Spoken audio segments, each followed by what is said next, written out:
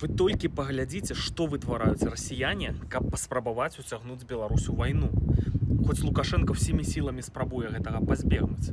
Сёння навіна. Украінскі дрон ударыў па аўтобусе з беларускімі дзецьмі. Значыцца, беларускія там юныя футбалісты з горада Рэчыца ехалі на зборы ў расійскі Геленджык праз Бранскую вобласць недалёка ад мяжы з Украінай, і аўтобус атакаваў дрон. І тут два варыянты. Альбо сапраўды гэта украінскі дрон, у чым я сумняваюся. Справа ў тым, што там па гэтай шашы ездзяць аўтобусы з расіянамі, дроншчыкамі. От замаскіравалі аўтобус, каб каардынаваць атаку Украіны дронамі. Ну, украінцы маглі падумаць, што это вот аўтобус з гэтымі дроншчыкамі. Але хутчэй за ўсё гэта правакацыя. Гэта самыя расіяне улупілі по гэтаму аўтобусу, загінула жанчына, 4 дзяцей параненыя, каб узбудзіць беларусаў, і вот яны захацелі помсціць Украіне і ваяваць.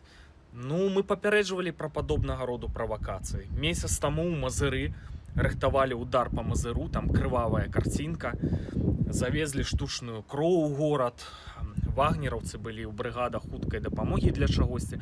Відавочна, што была правакацыя. І мы паведамілі пра гэта, там, 1 мільён плюс праглядаў. І сарвалі гэтую правакацыю. І вось яны прыдумалі, значыцца, тут забіць беларускіх дзяцей, што нібыта это зрабілі украінцы. Відавочна, што гэта правакацыя.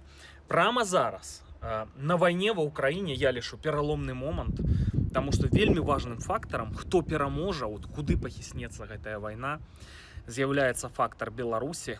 Калі тэарэтычна Беларусь выбіваецца з расійскай арбіты, руйнуецца вся імперская канцэпцыя Расіі. Па сутнасці, гэта параза Расіі ў вайне. Лукашенко спрабуе саскочыць. Я думаю, будуць адбывацца вельмі цікавыя рэчы, але гэта вельмі небяспечны час, калі расейцы могуць утварыць у Беларусі нешта такое, кшталту разанскага цукру, там тэракты, пад выглядам, што это зрабілі украінцы.